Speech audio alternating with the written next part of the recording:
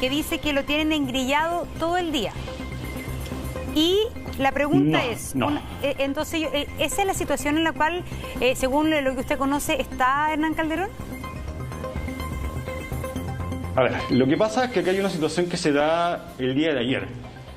Yo conversé con los funcionarios y me dicen que efectivamente ayer hubo una situación a las 3 de la tarde con el abogado del señor Calderón.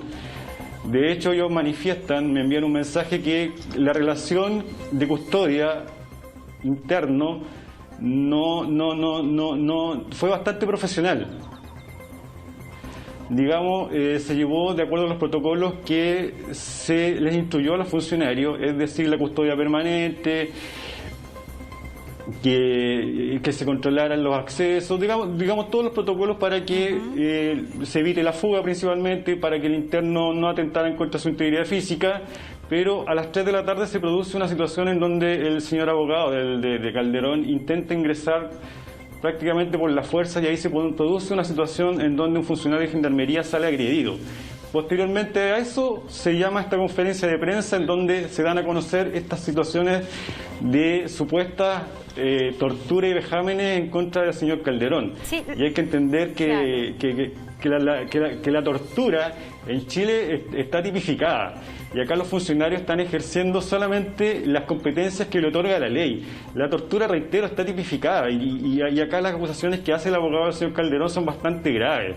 Acá los funcionarios de Gendarmería están solamente cumpliendo las obligaciones que les corresponden. Hay que entender que la prisión preventiva se está dando en una clínica privada que no cuenta con ninguna medida de seguridad que podría tener un recinto carcelario o un hospital psiquiátrico que puede contar con ciertas medidas de seguridad parecidas a las de una cárcel.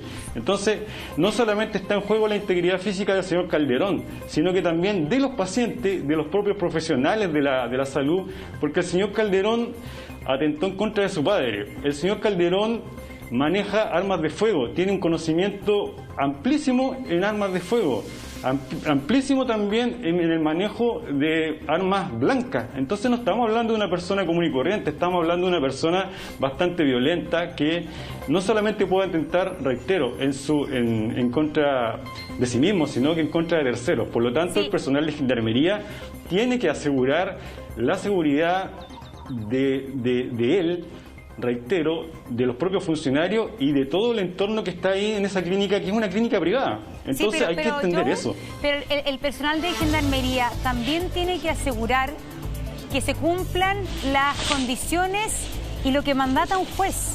Por eso yo le preguntaba si él estaba engrillado durante todo el día o si estaba efectivamente eso, que es la denuncia de la familia, impidiendo que él reciba el tratamiento médico que ordena la jueza que debe recibir.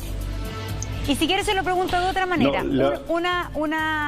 Un interno, una persona que está presa y que está justamente en la unidad psiquiátrica, en el hospital, en la unidad psiquiátrica de cualquier recinto penal, esa persona recibe un trato distinto, me refiero yo por su condición psiquiátrica, que un interno en cualquier otro de los pabellones.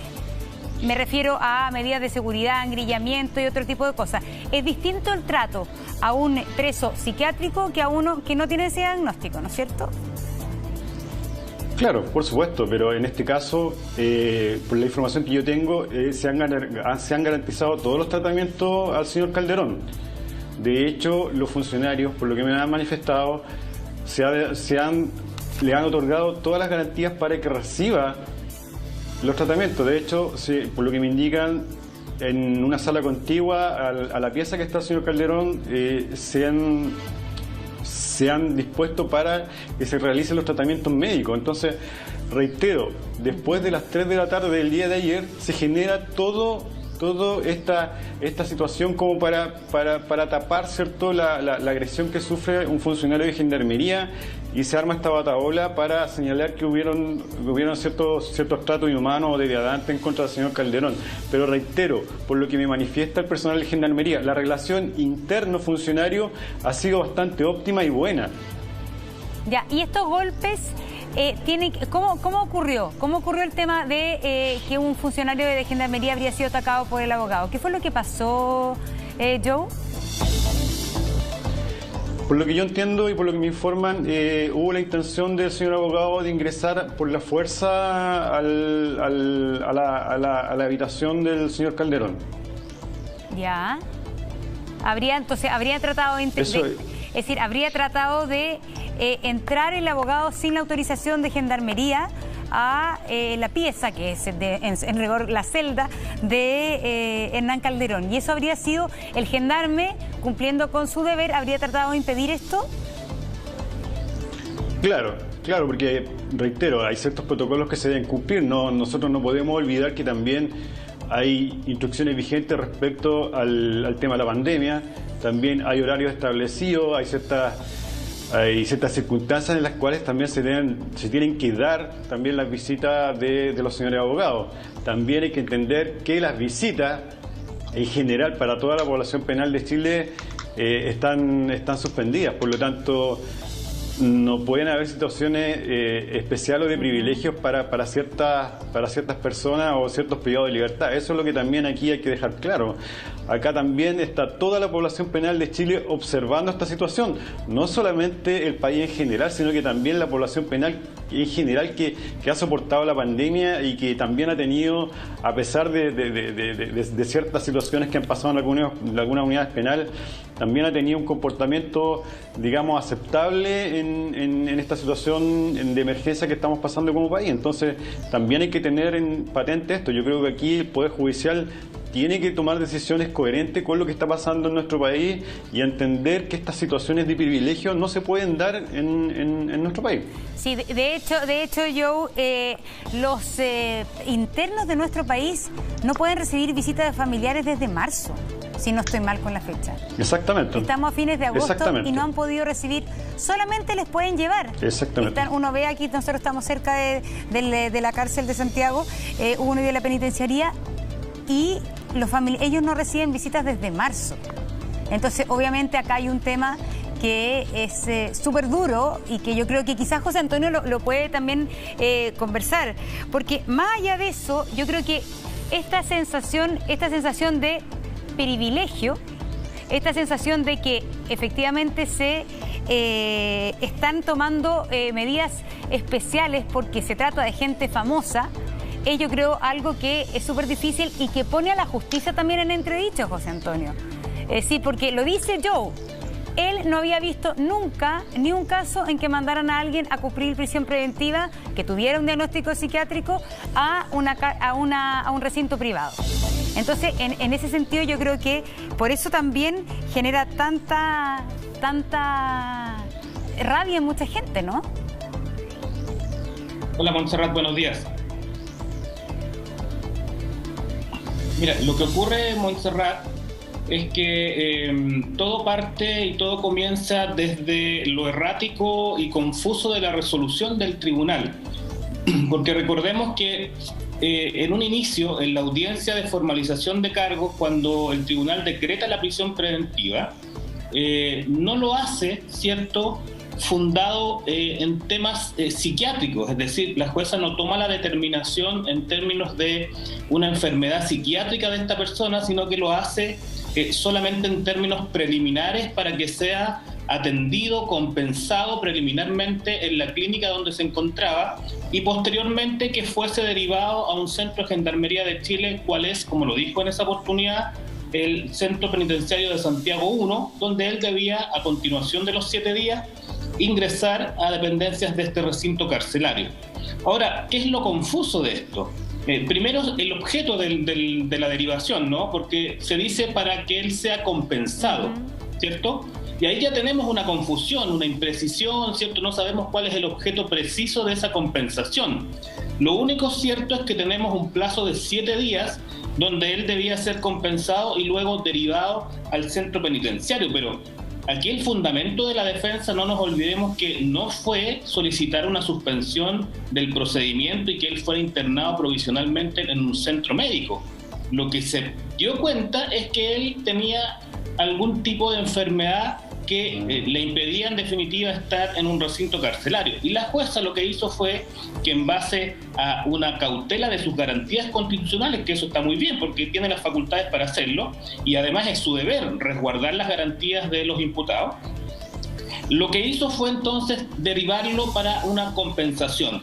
A mí me hubiese gustado que en la audiencia los intervinientes, por ejemplo el Ministerio Público o los abogados querellantes, hubiesen tratado de precisar cuál era el objeto de esta compensación, porque así nos evitábamos posteriormente todas estas dificultades que uno podría avisorar desde el inicio de la audiencia y el término de la audiencia de formalización de cargo. Uno, el tema del objeto. Dos, el tema del plazo, si esto se iba a prorrogar finalmente en el tiempo.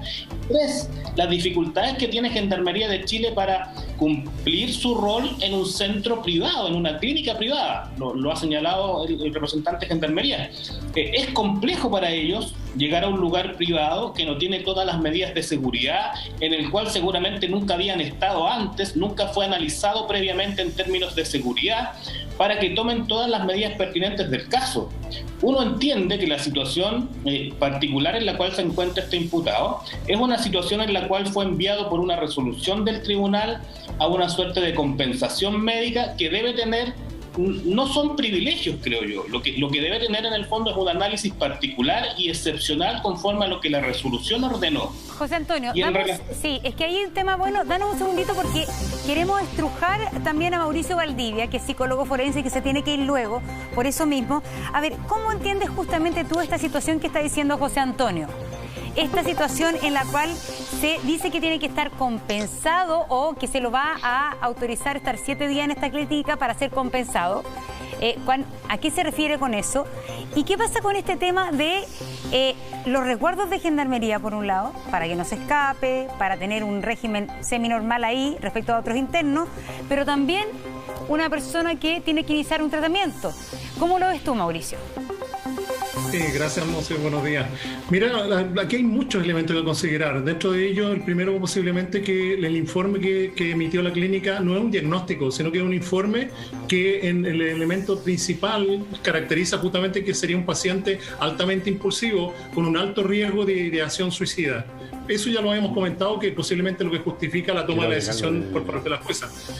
Por otra parte, tenemos que considerar que en nuestro país está el debe. Es decir, aquí estamos viendo y estamos hablando de privilegio y discriminación, pero estamos al revés. Se nos está olvidando la parte más importante. Cómo el Estado aborda aquellos casos con mayor gravedad, con peor diagnóstico, con mayor compromiso criminal, y justamente recordar casos como en los que hemos visto que se han muerto niños al interior del Sename. Claro. Recordemos el caso de la muerte de Lisette.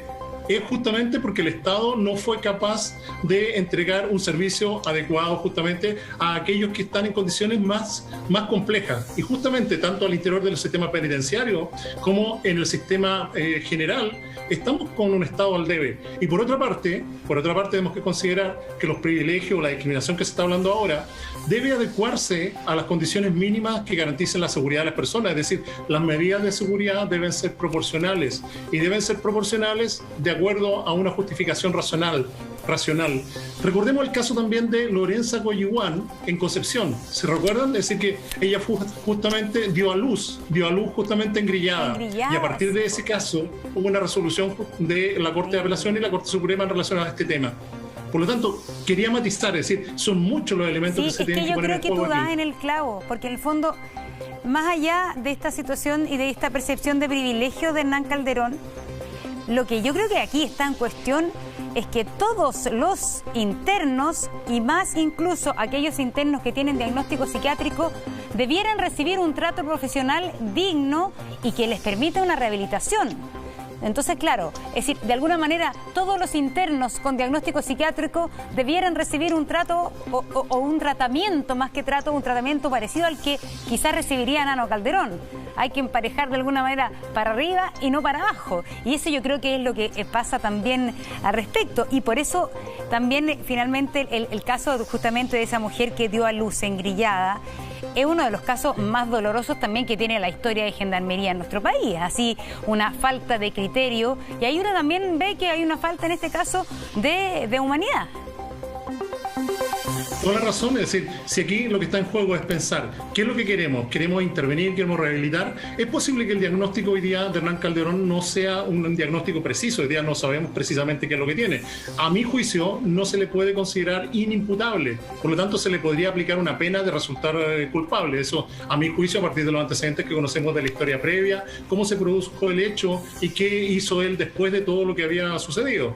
La verdad que eso, el elemento central de la imputabilidad para mí no está en juego, no estaría en juego, pero ¿qué cosa estaría en juego? Poder estabilizarlo y justamente que sea capaz de enfrentar de forma adecuada el proceso judicial que se viene. Claro. Recordemos que uno de los elementos que se ponen a la palestra, que una persona sea imputada, esa persona debe estar en condiciones de darse cuenta de los cargos que se le imputan y ser capaz de defenderse. Por lo tanto, esos elementos también tenemos que considerarlo. Yo aquí no estoy haciendo una defensa de Hernán Calderón, sino que por el contrario, estoy diciendo que si pudiéramos mejorar las condiciones, no solamente de Hernán Calderón, sino de todos aquellos que hoy día presentan graves diagnósticos, compromiso grave a nivel criminal, a nivel penal, justamente podríamos mejorar lo que es la reincidencia en nuestro país. Muchas veces la pregunta es, ¿a alguien de las personas que hoy día nos están escuchando, a alguien de las personas que hoy día están en las casas, les importa realmente cómo viven los internos al interior de los penales? ¿Les interesa la sobrepoblación? ¿Les interesa que se maten al interior de los penales? La verdad que muchas veces la gente dice, es lo que se merecen. La verdad que no, es al revés. Tenemos que mejorar esas condiciones para que la reincidencia en nuestro país sea menor. Una de las peores condiciones que tenemos a nivel internacional es casi el 80% de reincidencia. ¿Y por qué un 80% de reincidencia? Por las malas condiciones que tenemos al interior de los penales. Y por también el tema de que no se tratan las adicciones al interior de los penales. Me gustaría agregar un dato. Sí, al tiro, de inmediato yo adelante. Me gustaría agregar un dato. Por cierto. Sí, mira, el año 2007 la Corte Suprema instruyó a todos los tribunales de Chile y también algunas cortes de apelaciones también lo ha instruido, que es Gendarmería de Chile quien es la que tiene que determinar, ¿cierto?, dónde o cuáles son los lugares de reclusión que tienen que cumplir prisión preventiva o condena, ¿cierto?, las personas que pasan a disposición de Gendarmería de Chile. Eso es súper relevante, porque somos ¿cierto?, nosotros los gendarmes, en este caso, ¿cierto?, los profesionales de Gendarmería, en este caso específicamente las oficinas de clasificación y segmentación, quienes determinamos los lugares de reclusión y al interior de los recintos los lugares que van a ocupar cada imputado condenado. ¿Por qué? Porque hay que analizar, ¿cierto?, y entrevistar a cada interno para saber qué dependencia van a ocupar, de preferencia para no mezclarlo, es decir, clasificarlo y segmentarlo para evitar, ¿cierto?, la contaminación criminógena. Y este caso es súper relevante, porque no puede, ¿cierto?, una autoridad que es ajena a Gendarmería, ¿cierto?, ordenarnos, ¿cierto?, mezclar a la población penal, porque eso produciría un problema súper grave, en donde evidentemente nos generaría conflictos internos dentro de la población penal. Por eso es tan relevante que la autoridad, tanto política como judicial, entienda que la opinión de Gendarmería es relevante. Y esto también va unido con lo que pasó con el caso Ámbar. Por eso nosotros llamamos la atención en general a la ciudadanía, en especial a la clase política, que entienda que la opinión de Gendarmería, de los gendarmes en general, es súper relevante para los cambios que se quieran realizar respecto a la política penitenciaria.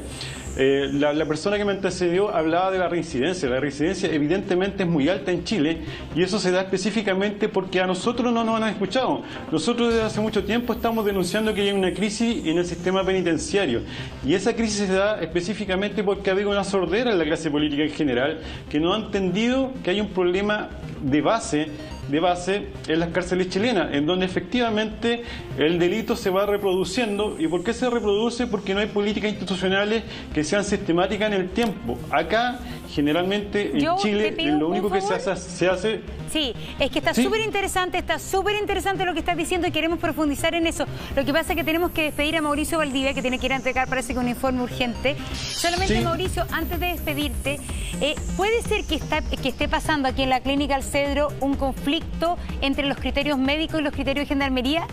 Porque en el fondo a los médicos a cargo le interesa y su responsabilidad profesional es preocuparse médicamente de esta persona que para ellos es un paciente.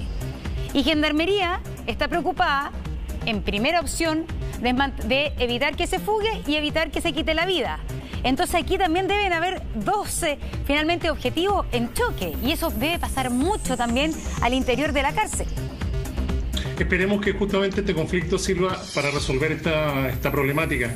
Pasaron muchos años en los cuales la gente que era considerada inimputable, es decir, que se reconocía que no había actuado con discernimiento, se mandaba justamente a un hospital psiquiátrico. Y había ocasiones en que esa gente estaba durante toda su vida, porque no había un acuerdo entre el sistema de justicia y el sistema de salud.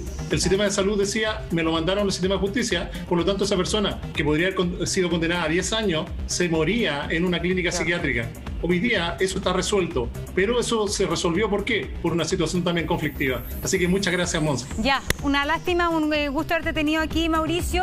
Te invitamos para la próxima semana y seguimos con Joe. Joe, tú estabas diciendo una idea que es súper importante, que tiene que ver aquí con un problema de base respecto a cuánto se considera a Gendarmería en las decisiones justamente de las políticas de reclusión. Y también hemos visto con cuántos medios cuenta o básicamente no cuenta Gendarmería. En un programa, en uno de nuestros capítulos en la semana pasada, hablábamos que había cerca de entre 1 y 3 psiquiatras para todo Gendarmería. Yo no sé si tú nos puedes corroborar ese dato, porque cuando hablamos así de pocos profesionales para Gendarmería, es evidente que aquí ustedes tienen finalmente una imposibilidad de asumir los temas de salud mental al interior de la población penal. Claro, lo que pasa es que el sistema penitenciario en general está invisibilizado. ¿Y por qué se invisibiliza? Porque en general en Chile las políticas para combatir o para solucionar los problemas de la delincuencia generalmente se tienden a solucionar con medidas mayormente represivas, es decir, con policía. Con mayor cantidad de policías, con mayor cantidad de carros, claro, con subir las penas, mayor cantidad de carabineros, con mayor cantidad de vehículos de carabineros, porque finalmente eso a la ciudadanía lo hace sentir mayormente seguro. Y eso también a la clase política también le hace subir los votos. Pero en la práctica vemos que eso no causa mayores efectos. ¿Por qué? Porque la gente que va egresando de la cárcel va reincidiendo y esa reincidencia es muy alta. Y eso es lo que nosotros tenemos que ir solucionando como país.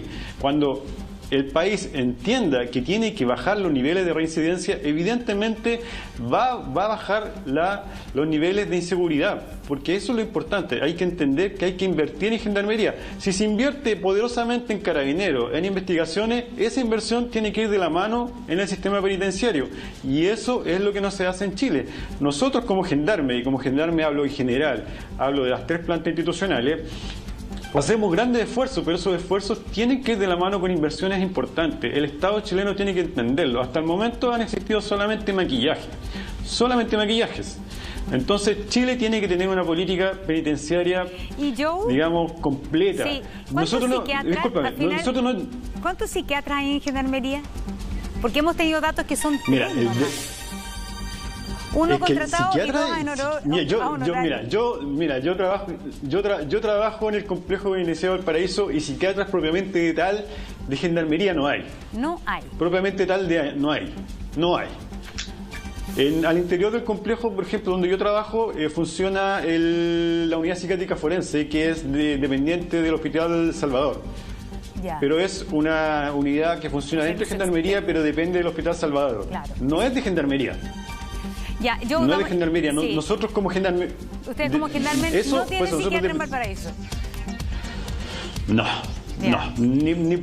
tenemos psiquiatra ni para los internos ni para los funcionarios. O sea, en salud mental estamos totalmente abandonados.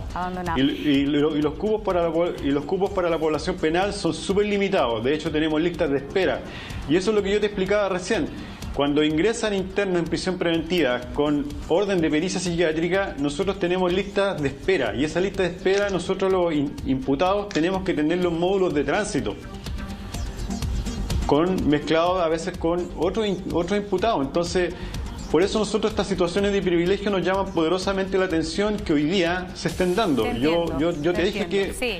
Estas situaciones, yo tengo 25 años de servicio y esto yo lo vi, pero cuando funcionaba la justicia antigua. Sí, me acuerdo que pagaban. No en la reforma procesal penal. Los delitos económicos pagaban los presos, las familias de los presos por tener los capuchinos. Y Capuchino se incendió. Cuando existía Capuchino, exactamente, cuando existía Capuchino.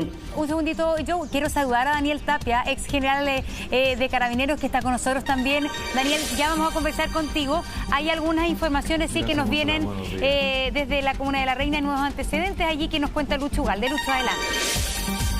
Sí, si me muevo o estoy con el teléfono es precisamente porque me están llegando estos antecedentes y estamos viendo acá también lo que va pasando. Lo que les iba a contar, que me entregaron hace muy poquito la información desde una de las partes de qué fue lo que ocurrió ayer, por qué se dio toda esta situación.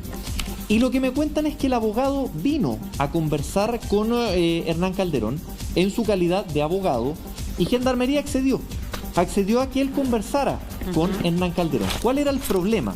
El problema es que para que pudiera conversar el abogado con el imputado, tenían que estar en un lugar donde Gendarmería en ningún momento perdiera contacto visual con el imputado. ¿Por qué?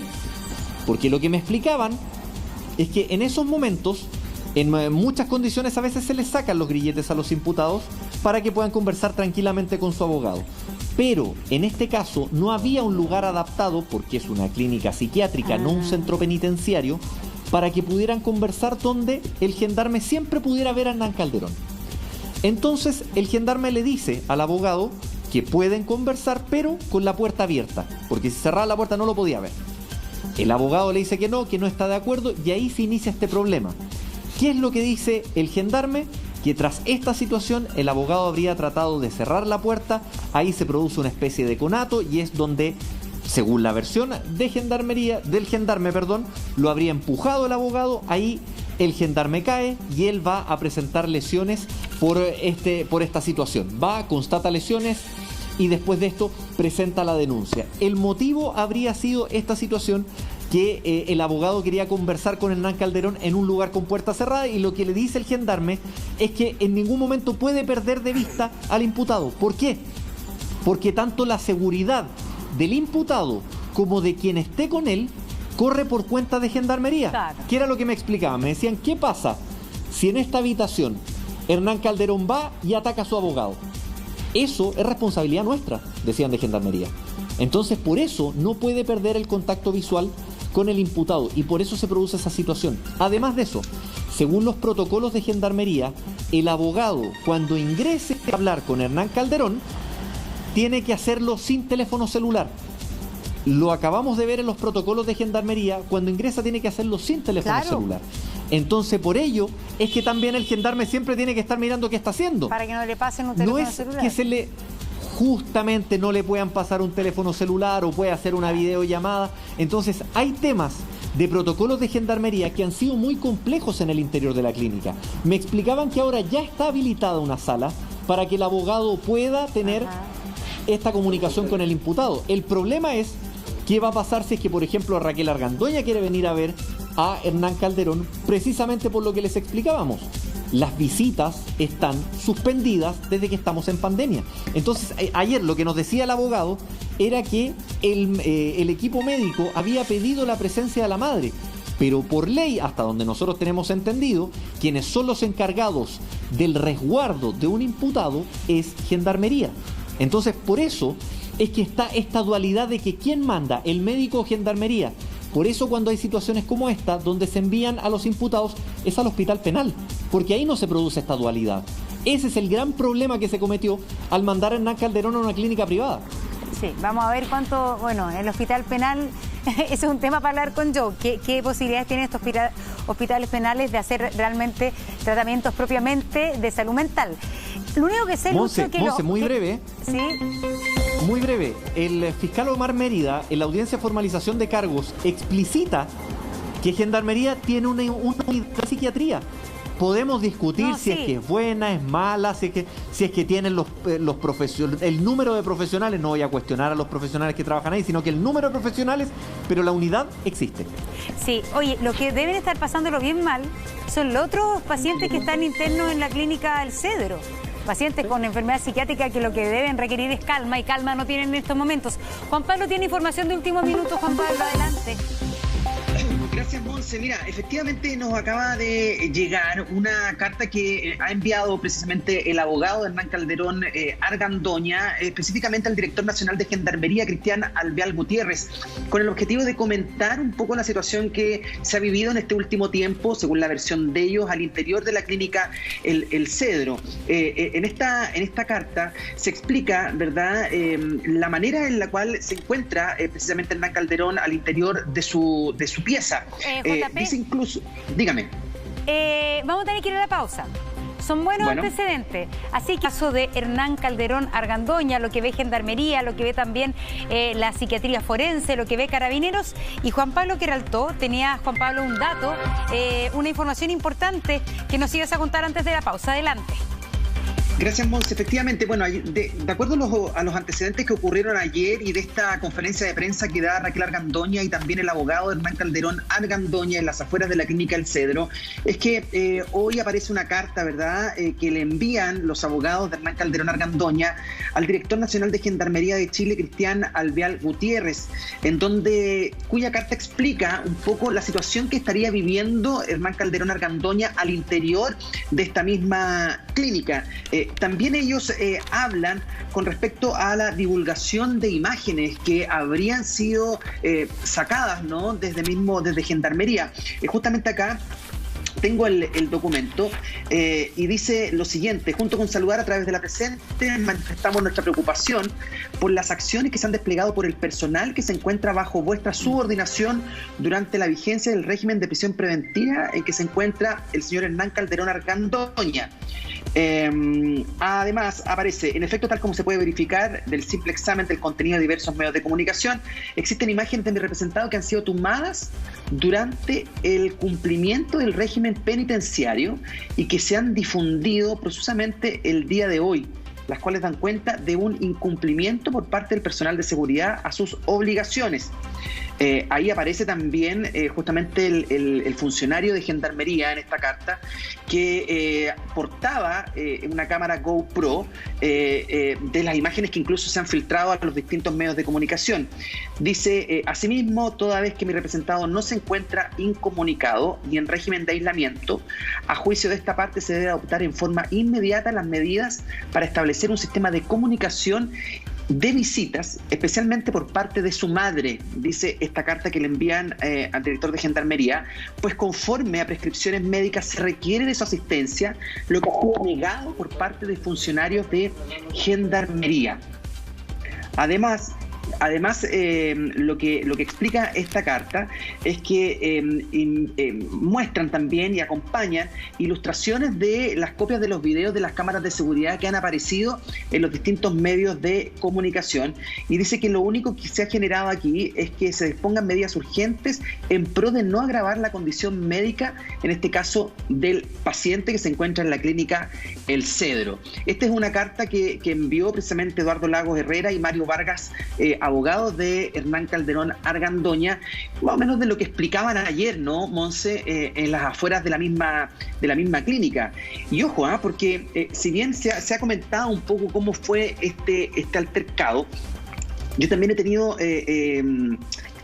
acceso, ¿no?, a conversar con algunas personas que manejan el tema, y lo que me cuentan es que primero, en ningún momento personal de Gendarmería ha tenido algún inconveniente, en este caso con Hernán Calderón Argandoña. Todo lo contrario. Dicen que en el mismo lugar además se ha acondicionado un lugar específico para que Hernán Calderón Argandoña pueda hacer sus tratamientos en los días que justamente corresponda. Y con respecto al problema que ocurrió ayer, es que efectivamente el abogado habría saltado los protocolos de seguridad al tratar de justamente hablar con este caso, con Hernán Calderón Argandoña, y al obtener una respuesta negativa por parte de ellos, lo que él hace, el abogado, según la información que me entregan, ¿no?, es que él habría insultado y denostado a los gendarmes, provocando de esta manera una discusión y un empujón justamente a uno de los cabos que se encontraba ahí, que estaba de jefe de dispositivo, el cual quedó precisamente con una lesión en el antebrazo, realizando justamente la constatación de lesiones correspondientes. O sea, eso es un poco lo que relataron ayer desde que el momento que ocurren estos hechos. Y aquí también nos pueden ayudar los otros compañeros que están ahí en el panel, porque efectivamente existe, Monse, distintos tipos de protocolos a la hora de las visitas, a la hora de comunicarse con el abogado. No es que el abogado vaya el día que quiera y a la hora que quiera. Según un documento al cual también tuvimos nosotros acceso, dice lo siguiente, mira, dice aquí lo tengo. El personal, dice, primero, el personal de custodio bajo ningún motivo deberá hacer abandono del puesto de servicio. Queda completamente prohibido que los funcionarios utilicen, por ejemplo, elementos de distracción para, en este caso, Hernán Calderón Argandoña. Dice además lo siguiente, que los abogados, por ejemplo, tienen un horario entre 9:30 y 12 y 2:30 y 5 de la tarde para poder comunicarse, en este caso, con el representado. No es que vaya a la hora que se le ocurra, digamos. Ajá. Juan Pablo, a ver, hay un montón de elementos en la carta que tú señalas y que vamos a ir, la verdad, que desmenuzando y analizando con los invitados. Se ha integrado a nuestro panel el exdirector de Gendarmería, Claudio Martínez. Claudio, gracias por estar con nosotros. Y ya vamos a ir contigo, pero también queríamos integrar, por cierto, a Daniel a la conversación. Daniel Tapia, exgeneral de Carabineros. A ver, hay varias cosas interesantes acá. El tema del celular. Finalmente acá, que es una cosa que pasa en... Daniel, adelante. Sí, es que yo quiero apuntar a un tema que va en relación a lo que tú estás planteando, Monse. Aquí hay lamentablemente una prisión preventiva que se está distorsionando, se está ensuciando, porque esa prisión preventiva justamente tiene restricciones de movimiento, ¿cierto? Y también de comunicaciones. Claro. Estamos en un centro de atención hospitalaria que no es un recinto penitenciario. Y ojo con lo que voy a decir. Cuando no existe ese control total por parte de Gendarmería por no ser un recinto penitenciario, se pueden dar situaciones como las que voy a mencionar. Que alguien que no conozca los protocolos le entregue un celular al propio imputado. Y eso es un hecho grave. A mí me gustaría que incluso Gendarmería pudiese verificar esa situación porque es importante. Lo tercero, Daniel, o cuarto... Daniel, eso quiere decir que si el abogado hubiese intentado pasarle un celular a Nano Calderón, sería un delito. Es que el tema no es que sea el abogado, no, puede ser un paramédico, puede ser alguien que esté dentro del centro asistencial y que no conozca las medidas de seguridad o los protocolos de actuación y de buena fe le entregue un celular a un imputado. No digo que sea este caso, pero esa situación hay que verla.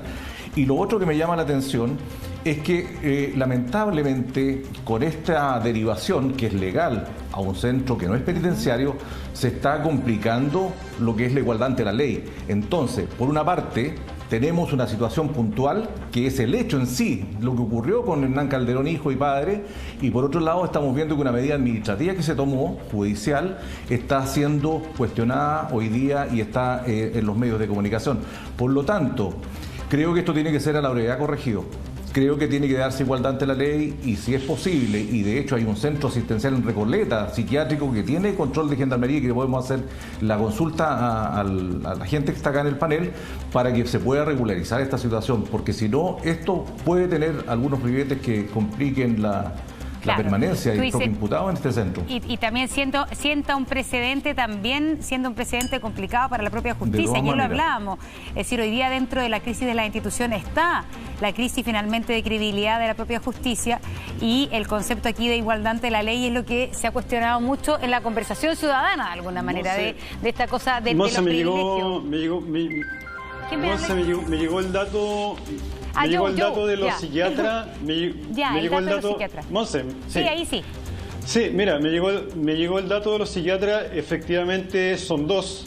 En el hospital penal trabaja uno con horas parciales. Me indican que efectivamente la jueza perfectamente podría haber determinado la internación en prisión preventiva en el hospital penal y ese psiquiatra lo podría haber perfectamente compensado si la enfermedad fuese real de Hernán Calderón y ese psiquiatra con las horas que tiene a su cargo no lo hubiese podido compensar, efectivamente el imputado tendría que haberse trasladado al hospital Horvit, donde efectivamente hay un destacamento de gendarmería que cuenta con todas las condiciones de seguridad para atenderlo. Entonces, acá como se manifiesta efectivamente, se ha armado todo un show mediático y se ha ensuciado una prisión preventiva que se debería cumplir con las medidas de seguridad correspondientes. Se ha distraído recursos importantes públicos de gendarmería. No hay que olvidar que estamos en pandemia, no hay que olvidar que todavía hay funcionarios que están en cuarentena, no hay que olvidar que hay funcionarios que están enfermos de coronavirus. Entonces hoy día hay un déficit importante de funcionarios y estamos distrayendo recursos institucionales importantes, no solamente recursos humanos, sino que recursos materiales, recursos, digamos, logísticos para una sola persona. Sí, eso te iba a decir, porque hay dos cifras distintas.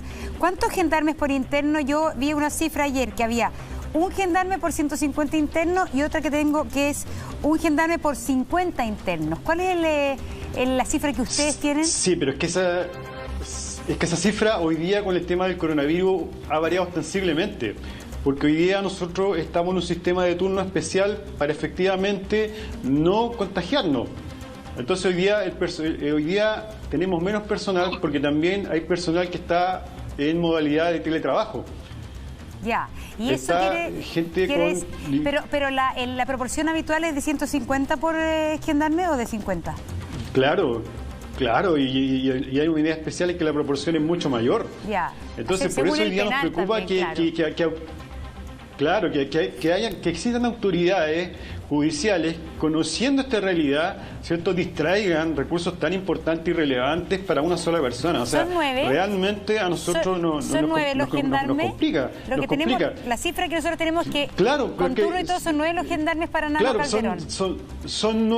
Operativamente son 9, pero tú tienes que entender que son 9 operativamente en la custodia, pero tienes que tener conductores que hagan los relevos. Ya. Tienes que tener oficiales que se encarguen, ¿cierto?, de realizar las coordinaciones, las instrucciones. O sea, no son solamente 9 funcionarios. Ya. Yo saco la cuenta que deben ser muchos más, que tienen que estar preocupados solamente de la custodia de Hernán Calderón. Entonces es realmente grave lo que hoy día está sucediendo, en donde, reitero, hay una situación de pandemia, donde está en crisis la institucionalidad del país y la institucionalidad de Gendarmería se ha visto gravemente afectada por el coronavirus, que se distraigan recursos tan importantes. Y además, hoy día me informa, ¿cierto?, el personal no uniformado que se ha visto afectado ostensiblemente con un proyecto de ley. Se le han reducido sus cargos.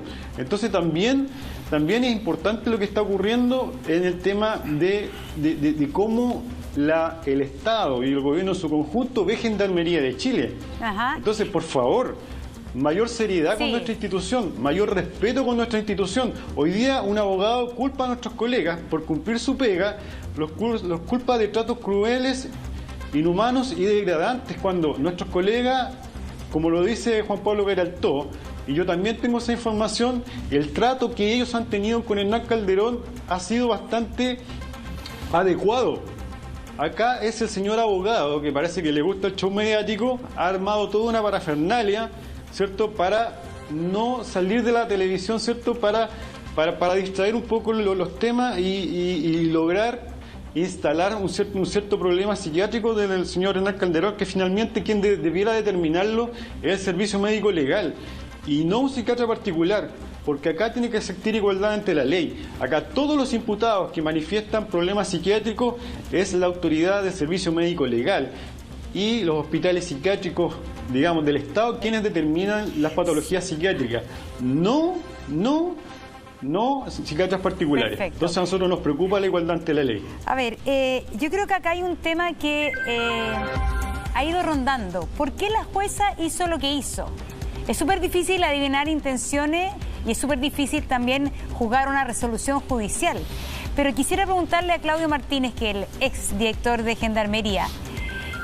Para usted, Claudio, ¿queda en entredicho también justamente la igualdad ante la ley, como lo señalaba Daniel Tapia, o no?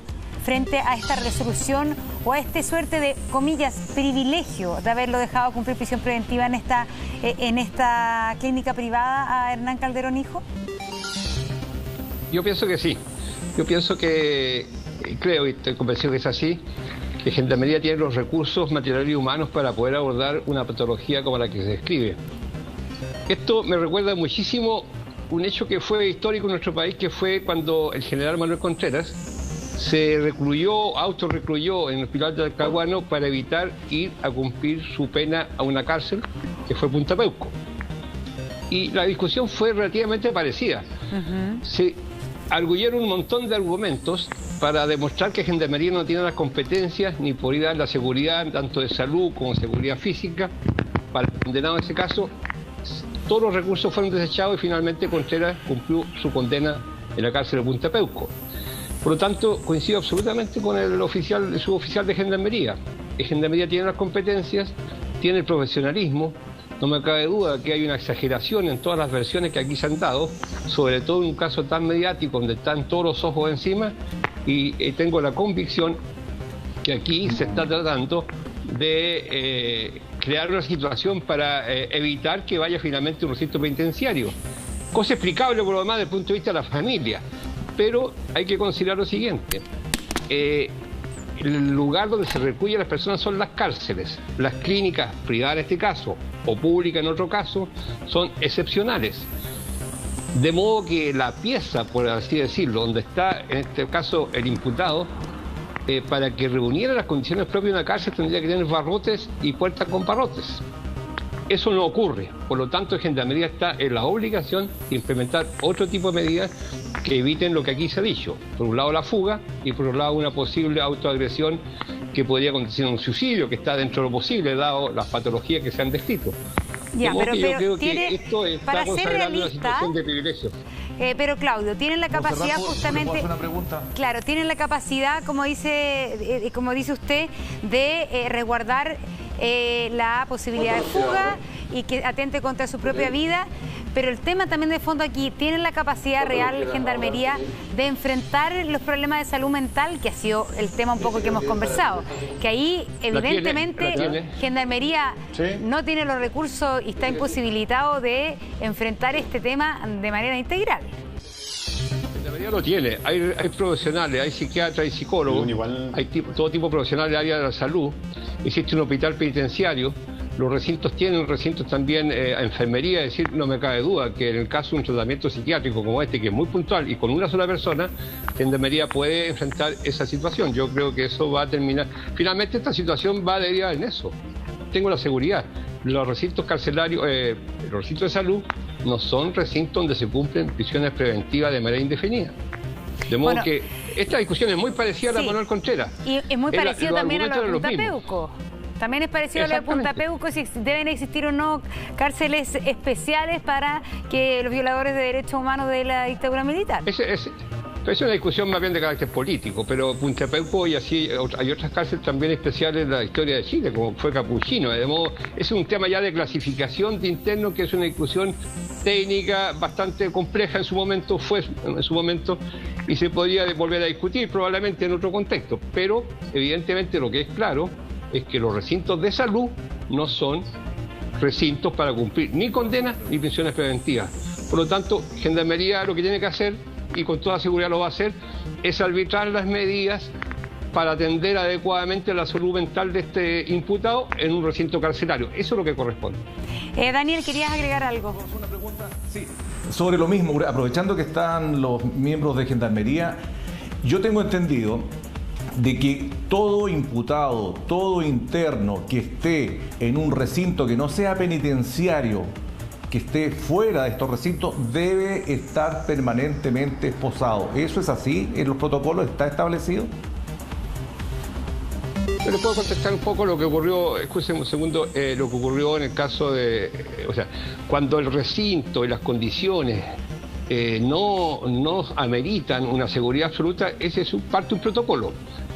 Yo recuerdo el caso que fue bien emblemático. Manuel Contreras permaneció 4 meses en una pieza en el hospital de Talcahuano. No estuvo esposado, pero sí hubo un gendarme permanentemente en la puerta. No hay un régimen de visita, los abogados tenían que avisar sus visitas, está todo regulado. Era una situación muy distinta a la de ahora desde el punto de vista político, evidentemente. Pero en el caso de eminente peligro de fuga, es una situación que se justifica y se ha hecho en otros casos también. Ya, es decir, pero el tema es que ahí, claro, lo que preguntaba del tema del el estar engrillado o no, por ejemplo, ¿debería ser parte del protocolo en este caso? Es una obligación. ¿Ah? Montserrat, sí, agregarte que... un segundito, Joe, que Daniel quería decir algo. Daniel. Es que ellos me estaban remitiendo esa información de Gendarmería que era una obligación que estuviese esposado permanentemente si no estaba en un recinto penitenciario. Y se lo preguntamos también a Joe, porque lo que decía Claudio Martínez, que en el caso de Manuel Contreras no fue así, sino que es solamente con un guardia ahí de punto. Respondamos eso a la vuelta de la pausa. También Lucho Ugalde tiene detalles sobre una foto exclusiva del vehículo de Nano Calderón, conversando sobre este tema. Y Lucho Ugalde, quien está allí en la clínica El Cedro de la Reina, tenía un nuevo material que compartir con nosotros. Lucho, adelante. Sí, la foto que ustedes van a ver a continuación, que les va a presentar nuestro querido director Felipe Cisternas, es el automóvil, ustedes lo conocen, el automóvil Camaro, con ese diseño que es bastante particular, de Nano Calderón ingresando al edificio de Hernán Calderón padre. Él ingresa en su vehículo cuando estaba entrando al estacionamiento. ¿Qué es lo importante de esta prueba y de esta fotografía? Se suma también a las imágenes del teléfono celular. Para la Fiscalía, porque esto es clave, la Fiscalía también va en otro paso más adelante, en otra situación que ya se las voy a adelantar, pero ¿por qué es clave a estas alturas esa imagen? Porque permite seguir sumando pruebas para posicionar a Hernán Calderón hijo en el edificio el día del ataque. Claro, la Fiscalía tiene parte importante de ese trabajo hecho. Lo que le interesa ahora a la Fiscalía son los delitos. ¿Por qué delitos lo va a llevar eventualmente a un juicio? Ya vimos que en esta primera instancia iba por 2 parricidios y la defensa de Hernán Calderón hijo logra votar uno de estos parricidios y lo cambia, y el tribunal así lo hace por la argumentación de la defensa, por un delito de lesiones, que tiene una penalidad mucho más baja. Pero claro, lo importante de esta imagen es que nuevamente posiciona a Hernán Calderón hijo en el departamento de su padre, y a eso se suman también las imágenes del teléfono celular. Entonces, está la historia completa. Ustedes saben que la Fiscalía lo que tiene que hacer en estos casos es presentar una historia que va de la mano de pruebas. Un relato, más que una historia, un relato mejor dicho, un relato que tiene que ir acompañado de pruebas. Y ese relato, esta prueba, se sigue sumando para seguir imputando o mantener la teoría de la Fiscalía de cómo llega Hernán Calderón hasta la casa y qué es lo que trata de hacer en la casa con su padre. Así es. Bueno, pero lo que, para ir recopilando, lo que está claro es que la Fiscalía entonces tuvo éxito en cuanto a acoger el parricidio frustrado en el caso del ataque del 11 de agosto. En el caso del ataque ocurrido en junio, no. Pero en el caso del ataque del 11 de agosto sí habría sido acogido según este delito, ¿no es cierto? Claro, lo conversamos largamente los días posteriores a la audiencia, no solo aquí, sino que también en Contigo en Directo, para que lo vean más tarde. Que claro, la Fiscalía lo que logra es que este primer parricidio no se lo acreditan, porque lo que dice la defensa de Hernán Calderón es que él no tuvo el ánimo de matar. Es decir, cuando está este episodio del disparo y tira el disparo hacia el otro lado, con la preparación que él tiene, estoy mirando de reojo porque justo tengo la clínica hacia acá, por eso me estoy moviendo un poquito. La preparación que él tiene es con las armas es bastante amplia, entonces él podría perfectamente haberle disparado a su padre. Al hacerlo hacia otro lado es una amenaza para el tribunal, es una amenaza y no un intento de homicidio a un familiar, que es un parricidio. En el segundo caso, lo que dice la defensa es de que esto se trata de lesiones graves o lesiones en contexto de violencia intrafamiliar. ¿Por qué? Porque es un hijo que ataca a un padre y lo lesiona. Por eso para la defensa ahí hay lesiones en contexto de violencia intrafamiliar. Un delito que tiene una penalidad mucho más baja que el parricidio. ¿Qué es lo que dice la Fiscalía? Aquí hubo un ánimo de matar, hubo una intención de matar. ¿Y por qué?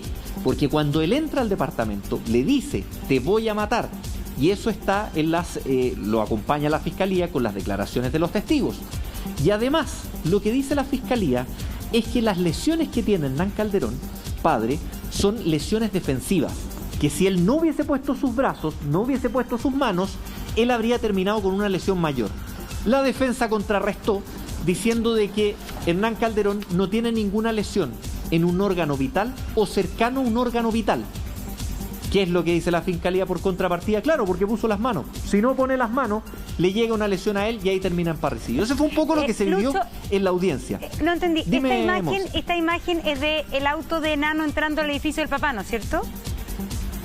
Sí, al edificio de Hernán Calderón padre. Me llama la atención eso, José Antonio, porque si alguien, él venía con la intención de matarlo, debería haber llegado más piolita, por decirlo de manera coloquial. O también puede dar cuenta del estado de enajenación mental en que estaba, porque me imagino que si alguien llega con esa intención trataría de llegar un poco más agazapado que con ese auto tan vistoso e identificable públicamente. Porque es famoso el auto del Nano Calderón. Claro, Montserrat, como dices tú, aquí hay varios elementos que se van a tener que considerar a lo largo de la investigación. Como decía el periodista, efectivamente en la audiencia de formalización de cargos, el tribunal no dio por establecido los antecedentes para la configuración de uno de los delitos más graves también, que era el parricidio. Y consideró que era un delito de amenazas en contexto de violencia intrafamiliar. Porque, claro, dado el manejo de armas de fuego que tiene el imputado, podría perfectamente haber efectuado un disparo en contra del cuerpo y haber provocado quizás algún resultado más gravoso. Y otros antecedentes también que uno puede analizar desde fuera, ¿cierto? Y que van a tener que dilucidarse en el proceso, es como dices tú, claro, fue en un vehículo muy llamativo, también ese día fue con elementos para dañar también el vehículo de su padre, va sin armas de fuego al lugar, porque precisamente si tenía la decisión con antelación de provocar la muerte del padre, alguien podría pensar perfectamente, bueno, elige alguno de los rifles que tenía en su casa, algunas de las armas que tenía también, y se va con esa arma y no lo agrede en términos preliminares con golpes de puño y posteriormente está un arma cortante. Son todas dudas que posteriormente van a ser dilucidadas en un proceso judicial, un juicio oral eventualmente, pero que en términos preliminares el tribunal ha acogido en parte la tesis del Ministerio Público que aquí por lo menos existe un delito de parricidio frustrado, precisamente por lo que sostuvo el tribunal en su resolución, que las heridas que tiene, ¿cierto?, son heridas defensivas, como lo habíamos hablado también en otros programas, y que de no mediar estas heridas defensivas, ¿cierto?, y no mediar esta intervención de la víctima, probablemente podrían haberle provocado un resultado de muerte. Y el tribunal así lo resolvió, y así precisamente en términos preliminares lo resolvió en base a decretar también la prisión preventiva. Claro. En relación con esto, Montserrat, a mí me gustaría decir algo con lo que está ocurriendo con el cumplimiento parcial de esta prisión preventiva en un recinto es privado. El comedor, como cualquier persona adorna su casa, rascaos y un segundito, y de maldad importante. Se nos coló un audio que no sabemos. Este es el comedor, como cualquier persona adorna su casa, a ver, un segundito, ese era un audio que no tenía mucho que ver ni con lo que estabas diciendo tú, José Antonio, ni con la imagen que veíamos. Adelante, José Antonio, sobre esta prisión preventiva estabas hablando tú. Gracias. Mira, a mí lo que no me gusta, Montserrat, y esta es una cuestión que uno pudo avisorar desde la decisión que tomó el tribunal, es que hoy día se está haciendo un cuestionamiento a varios elementos que son importantes de determinar en este proceso.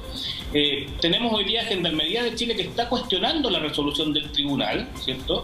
Derechamente se está cuestionando. Tenemos además unas suertes de conatos entre el abogado del imputado y también Gendarmería de Chile que está a cargo de la custodia de este imputado. Tenemos problemas en términos de la visita que quiere efectuar la madre al recinto, producto del llamado e instrucción de los médicos del recinto. Entonces, a mí me parece que toda esta actividad que se está desplegando de forma muy desordenada, hubiese sido mucho más fácil plantearlo derechamente a través de la defensa de Hernán Calderón, solicitando, por ejemplo, una visita autorizada al tribunal, es decir, que el tribunal autorizar a la madre, ¿cierto?, dado que el médico instruyó aquello, a que concurriera a dependencias del recinto psiquiátrico, y Gendarmería de Chile tiene que cumplir esa resolución del tribunal. Entonces, esto de ir introspectivamente al lugar, ¿cierto?, de tener conflictos con los gendarmes que están a cargo del recinto, sin que previamente esto haya sido autorizado por el tribunal, me parece que, lejos de ayudar a la defensa del señor Calderón, lo perjudica ostensiblemente. Es decir, ¿está mal asesorado, en tu opinión, José Antonio, finalmente? ¿Está mal asesorada Raquel Argandoña en este caso? Porque mira, lo que me parece, Montserrat, es que el abogado siempre tiene que poner paño frío en esto. O sea, tú no puedes ser parte de la emotividad que tiene tu cliente, porque uno entiende que Raquel Argandoña esté obviamente afectada por esta situación, en la forma en la cual se encuentra privado de libertad su hijo. Eso es una cuestión absolutamente comprensible, entendible, pero en general el paño frío, el asesor, el jurídico, el abogado tiene que tener la capacidad de enfrentar esta situación y que esto resulte de la mejor forma para tu defendido, porque hoy día, lejos de ayudarlo, estas circunstancias lo están perjudicando. Hoy día se está cuestionando la resolución del tribunal, se está diciendo que hay problemas para la seguridad de esta persona, se está diciendo que probablemente pudo tener acceso a un teléfono celular, que no puede recibir visitas. Entonces todo esto pudo haber sido salvado con una autorización del tribunal previa. Tú presentas una solicitud al tribunal y el tribunal en 24 horas te la resuelve. Entonces, si tú querías que Raquel Argandoña visitara a su hijo, pudiste haber pedido una autorización al tribunal, y muy probablemente, si esto está instruido por el médico, dada la resolución inicial del tribunal, podría perfectamente haberse autorizado, y Gendarmería de Chile no se puede negar. Ya, lo que pasa entonces, pero que el abogado tiene que saber eso. De alguna manera el abogado estaba dejando que Raquel Argandoña tratara como de entrar finalmente en este límite entre lo médico y la prisión preventiva. Pero el abogado tiene que saber eso y le tiene que haber dicho, esperemos que el tribunal los deje. Es decir, estaban como, podríamos decir, estaban jugando en el límite. Claro, pero finalmente eso le hace mal a la situación procesal, y a eso apunto, le hace mal a la situación procesal de Hernán Calderón, porque finalmente todo esto genera un conflicto adicional que puede terminar perjudicándolo en una decisión posterior que tome el tribunal, porque con todas estas dificultades que hay hoy día, el tribunal perfectamente en una audiencia posterior puede determinar que no están las condiciones para que él se encuentre ahí, y por lo tanto derivarlo o a un hospital psiquiátrico dependiente de Gendarmería o derechamente a dependencia de Santiago 1, como dispuso originariamente el tribunal. Claudio. Es que es muy claro lo que acaba de decir quien me ha presidido la palabra. Aquí hay tres instancias. Gendarmería, el criterio médico, que también es válido, pero quien resuelve cualquier controversia del tribunal, efectivamente. El tribunal, en definitiva, y a eso tiene que someterse tanto el hospital o la clínica en este caso, como Gendarmería. Por lo tanto, evidentemente, aquí, por lo que he escuchado, un intento un poco fáctico de establecer un régimen de visita o de consulta al abogado que en realidad no corresponde, ni siquiera en un recinto penitenciario.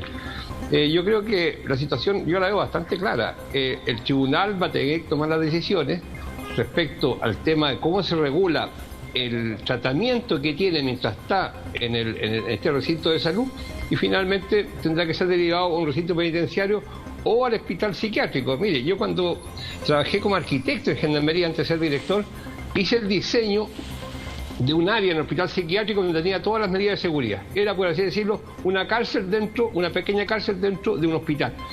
Esas condiciones están actualmente. En una clínica privada no se dan. Por lo tanto, Gendarmería tiene la obligación de arbitrar medidas complementarias o supletorias que resuelvan el tema de la seguridad. Y eso es lo que ha ocurrido. De modo que este gran revuelo que se ha causado es una cosa, a mi juicio, más mediática, pero son procedimientos habituales en la función que cumplen los gendarmes. De modo que, y en cualquier controversia, y así ha sido históricamente, los tribunales resuelven, sobre todo tratándose de un imputado, y Gendarmería debe acatarlo. Lucho. Sí, les quería agregar, dentro de lo que ustedes están conversando, me ha seguido llegando información de cuáles fueron los hechos que ocurrieron ayer. Y hay un hecho no menor, referente a la situación del abogado ingresando acá a la clínica. Según me están comentando, el abogado acaba de decir de que él lo que quería hacer era fotografiar el lugar donde se encontraba Hernán Calderón. Según lo que nosotros pudimos acceder a los protocolos de Gendarmería, nadie puede ingresar con teléfonos celulares a tener conversación con el imputado. Nadie. ni siquiera el abogado. Entonces, sobre la base de esa situación, es que Gendarmería lo que hizo fue prohibirle al abogado que tomara una fotografía del lugar, que ingresara con un teléfono. A eso se suma además información que tenemos nosotros, que se habría sorprendido a una funcionaria de la clínica, presumiblemente, con un teléfono celular en las cercanías y en la dependencia donde se encuentra Hernán Calderón. ¿Cuál es el tema? Gendarmería tiene protocolos que están explicitados referente a que cuando alguien vaya a tomar contacto con el imputado no puede portar un teléfono celular, y eso se registra con estos detectores de metales, estas paletas. El abogado tampoco puede tener un teléfono celular cuando se contacte con el imputado. ¿Por qué? Porque podría hacerlo efectuar una videollamada, por ejemplo, entendiendo que a lo mejor el abogado no lo va a hacer, pero Gendarmería se tiene que anticipar a estos hechos y por eso se establecen los protocolos. Entonces ahí es donde surge la discrepancia con el abogado, con el gendarme que se encuentra al interior. Y otro tema no menor sobre lo que estaba hablando el ex fiscal Villalobos, que ayer el abogado acá afuera nos expresó clara y literalmente cuál es el problema que se está produciendo con la prisión preventiva de Hernán Calderón en este lugar. Él nos dice, el equipo médico solicitó que venga la madre a ver a Hernán Calderón.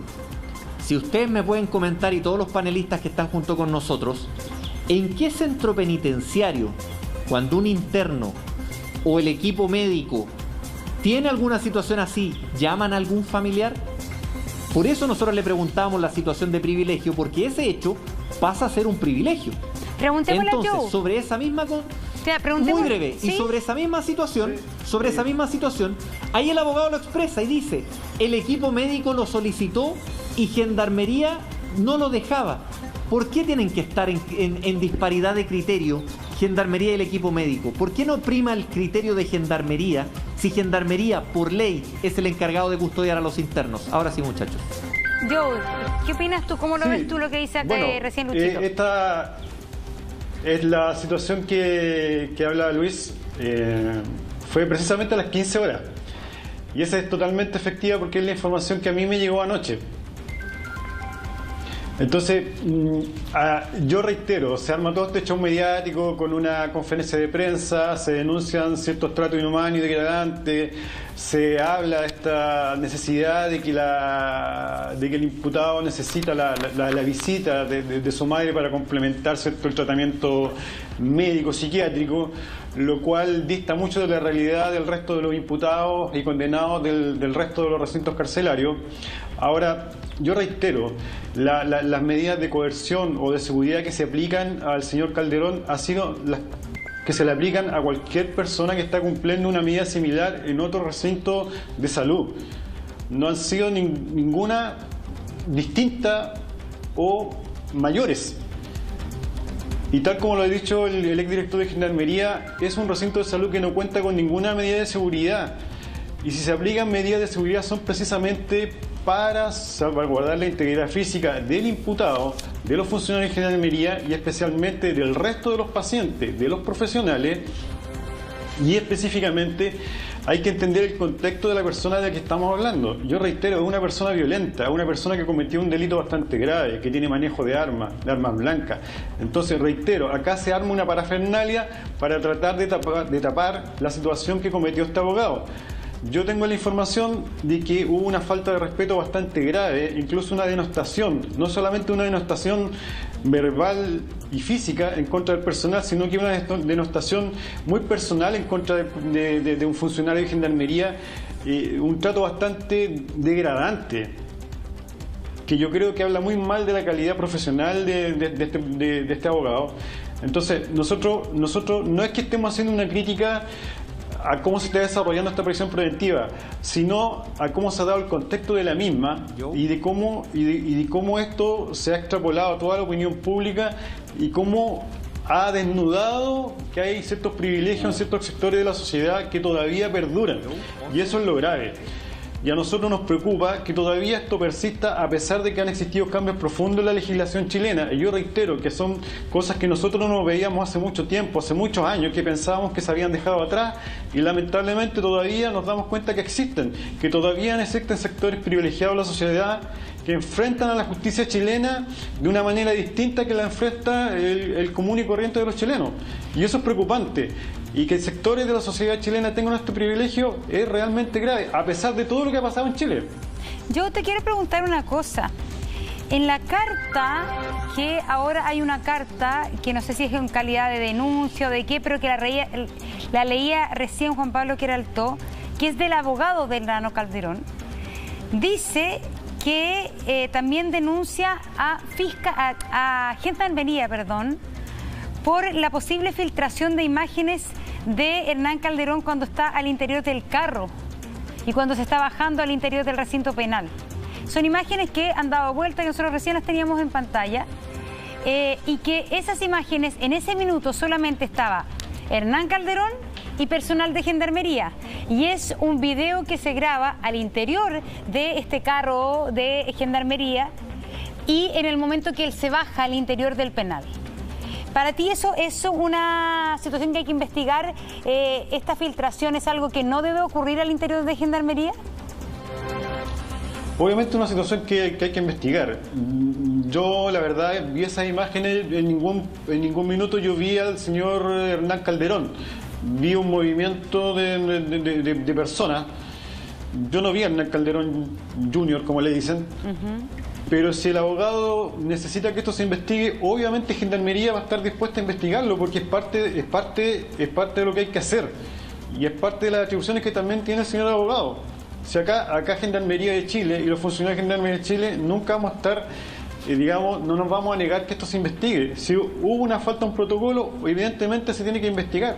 Eso nosotros no lo vamos a negar. Pero reitero, acá se ha tratado de fanduralizar un tema, se ha tratado de tapar una situación. Claro, disculpa. Se ha tratado a ver, aquí hay un antes y un después de las 15 horas. Ese es el problema. A las 15 horas se produjo esta situación en donde el señor abogado, supuestamente, agrede a un funcionario de Gendarmería de Chile y se llama a una conferencia de prensa y se denuncian trato inhumano y degradante en contra del señor Hernán Calderón. Este es el problema.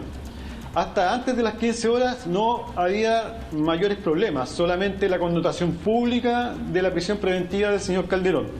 Después de las 15 horas se da toda esta situación de gravedad y de todo lo que hemos conocido.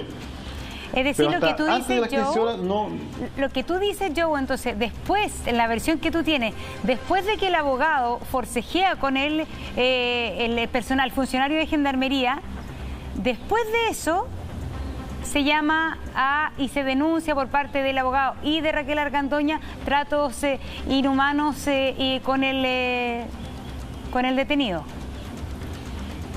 Claro, porque yo te reitero, de las versiones que nosotros hemos tenido, la relación entre el imputado y los funcionarios ha sido bastante normal, acorde a la situación.